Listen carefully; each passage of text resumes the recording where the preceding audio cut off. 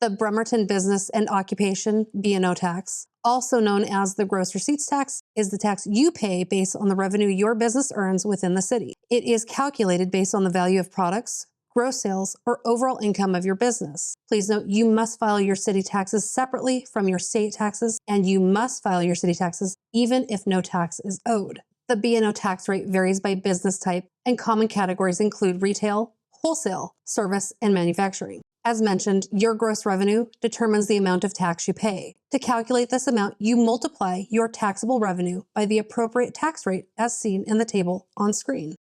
Here's an example. Let's say your business grossed $250,000 this year, and after exemptions, your taxable revenue is $50,000.